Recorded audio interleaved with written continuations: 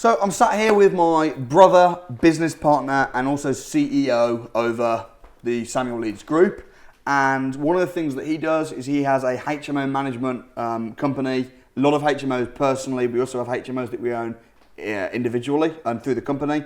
And today we're going to be talking about, are HMOs ruining the country?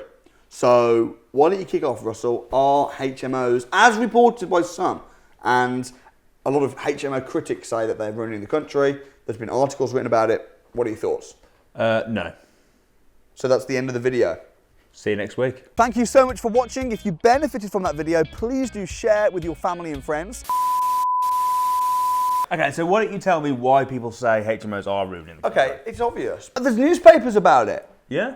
I've read them. Their reason is because they say that it kills community. Neighbours, a lot of neighbours have complained about there being houses in streets, like a whole street filled with rooms. The street don't know each other. It kills community. How can you have, like a village and a church and if people are kind of just renting a room for 6-12 months and then moving on, it really kills community. So I think that's the first reason. So, I mean, what would you say about that? Well, I would say, at the end of the day, there are people that are... There's a market for it, and there's a market for it because there are people that want to live in a room or an apartment. How is it different from an apartment? Do apartments kill communities? No, because apartments, you have your own living space, you have your own kitchen, your own bathroom. How does that affect the community, though? Well, you tend to stay longer. So if you're in an apartment, you might stay there for 5-10 years. Your first house that you bought? Yeah. What was it? It was an apartment. It was an apartment. What's the lady's name? Denise. Denise. You bought the apartment with Denise living there. Yeah. You bought the apartment, like 10 years ago? Yeah. What's the tenant's name now? Denise. Oh, right. So Denise has lived there 10 years. Have you got a HMO where the tenant has lived there 10 years? I haven't. 4. I have 4 years. 5 years is about the max. But usually they'll stay for 6-12 months. So your reason is because... It's not my reason. This is what they're saying. But okay, their reason is because people are moving house too much. Yeah, and also, would you like to live next door to a house that was a HMO yourself? I wouldn't care. You would care. You would care. You had a problem. You could. Well, I guess that's a whole new level. I don't want to embarrass you, but you told me. Am I allowed to say? No. You've got a beautiful Tudor house. Yeah. It's a beautiful area, but you told me that there was too many average houses in the area. And by average, you mean £300,000 houses, and by in the area, you mean within half a mile. So you would mind living next to a HMO house? No, I wouldn't mind. I wouldn't mind living next to HMO. You would! I wouldn't mind living next to HMO tenants. You made me like a right dick now. So families Right. that have got kids want to be in next to... But it depends. As long as they... So you go and buying all these HMO houses. Are we just killing the community? Are we ruining the country? That's their argument. Yeah. So what do you say? I would say... Can you see where they're coming from? I genuinely wouldn't mind living next to a HMO, by the way. Okay. As long as the house looked nice. I mean, Yeah. obviously, I want it to be like a nice area, but I wouldn't mind people moving and coming and going. Yeah. That wouldn't bother me at all. Right. As long as they weren't like being loud and destructive and stuff like that. Yeah. I suppose there's a market for it. So where else are these people? So what? They're not allowed to live. I just don't understand how it's ruining the country. Like, if you could give me examples, like in an area where there's HMOs, the crime rate shoots up through the roof or something like that, I could go, okay. I don't think it does though. I don't think it does. I don't understand. I can't see why it would make a difference. I can't see why it's an issue at all. And I guess HMOs are in particular types of areas, in particular types of streets. So when we're buying HMOs, we're not buying them in nice family villages. So we're buying them in city centres. where there's apartments and shops and things anyway. Yeah, you're buying them where, city centres is where you're buying them. Yeah. Really. Or close by. Sometimes there are families next door. Yeah, of course there are. Got the families everywhere, but there are apartments everywhere. There are studio apartments everywhere. How is a HMO different from a studio apartment? Really?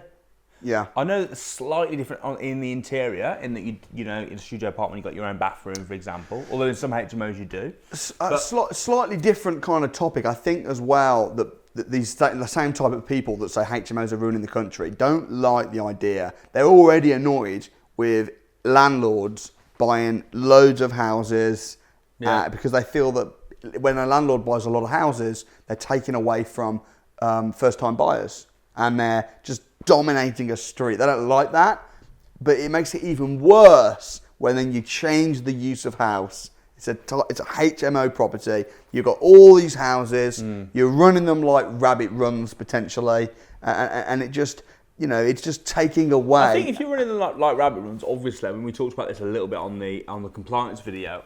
You don't want anyone to be running them like rabbit runs. You want it to be a professional, nice, affordable accommodation, and you're servicing a need. Like, I know that HMOs have become very popular recently, but a student let, so they're ruining the country. I think here's the thing. People that say it's ruining the country forget that the only reason that we're doing it in the first place is because there's such a need for it. That's the thing. What we're doing is we're seeing a gap in the market and then stepping into that gap. There's people that need rooms that can't afford an apartment, and then the bills and this and that and the other. So we're giving them convenience. We're giving the country exactly what the country wants. Oh, here's a question though: if there wasn't HMOs, would there be more people on the streets? Maybe. Although I don't think the type of people that live in our HMOs will be likely to be on the streets. No, but let's say if there wasn't basically HMOs really is an affordability level that is below.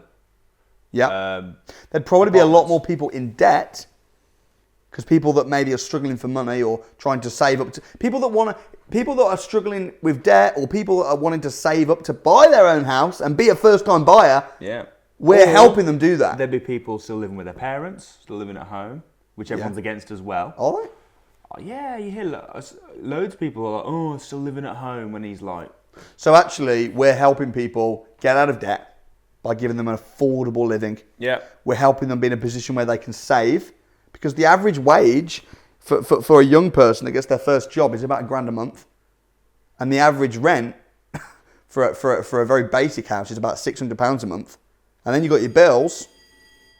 So you've got no money left over, how can you afford to live? No. So we're helping them not only live, but also be in a position where they can save so that they can then afford to be a first-time buyer. Yeah. I would love, the people that say that HMOs are ruining the country, I'd love to see some stats to back that up. Yeah. Like what? The only thing they've got is neighbours are moaning and greedy landlords. And neighbours do moan. One of our landlords recently bought a property, and when the neighbours found out that it was going to be turned into a HMO and the builders turned up, they attacked them. Physically? Physically attacked One them. of your investors? Yeah. Wow. Physically attacked them. The neighbours did. They went around, threatened them first, and then physically attacked them. And the builders have filmed some of it until the phone got smashed out of their hand on the floor. Police got involved with everything. Wow, that's not normal though. No. Our neighbours don't usually moan. Well, with British neighbours usually touch, don't they, if they've got a problem? Yeah, attacking them physically, that's insane. Physically attack them. So some people are outraged then at HMOs being houses being turned into HMOs. Yeah, but are they ruining the country? No. Because also, if it's an area where a HMO is not wanted and HMO will not work, we wouldn't buy it there anyway. We're only buying HMOs where people are looking for rooms anyway. So if they weren't renting our rooms, they'd only rent someone else's rooms. Yeah. Or they'd only rent a studio. Do you know what I've noticed though? I've noticed some HMOs in different areas to that as well now. So do you know Longdon, near where I live? Yeah. Lovely little, very posh, high-end village. There's a HMO there.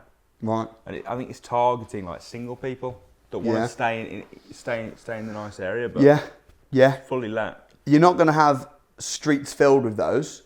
No. But the odd one, that could work really nicely. So the conclusion is HMOs are not ruining the country, and we're just seeing a gap, stepping in, and if it's oversaturated, we'll stop buying. Of and course. If the council put Article 4 in, we'll stop doing it. Yeah. Well, it's supply and demand, isn't it? Yeah, people are always going to... Also, it'd be interesting to see the people that are moaning about HMOs being oversaturated, what are they doing to solve the problem? Probably just moaning about it. Probably just moaning. Either saying, if you can change it, change it. If you can't, shut up. So I didn't invent the rules, I just follow them. Next video is going to be about, do HMOs work up north? Russell, you've got some very interesting thoughts to say about that. Well, we've invested heavily up north, so yeah, got a lot of input on that. So do HMOs work up north? What kind of returns can you expect to get? If you'd like to check out that video, it should be on the screen right now. Like, subscribe, share. See you next time. Thank you so much for watching. If you benefited from that video, please do share it with your family and friends. For more videos like it, you can watch right here. And if you'd like to spend 2 days with me at the Property Investors Crash Course, watch this video, see what happens. But whatever you do, don't forget to subscribe right here, and I'll see you next time.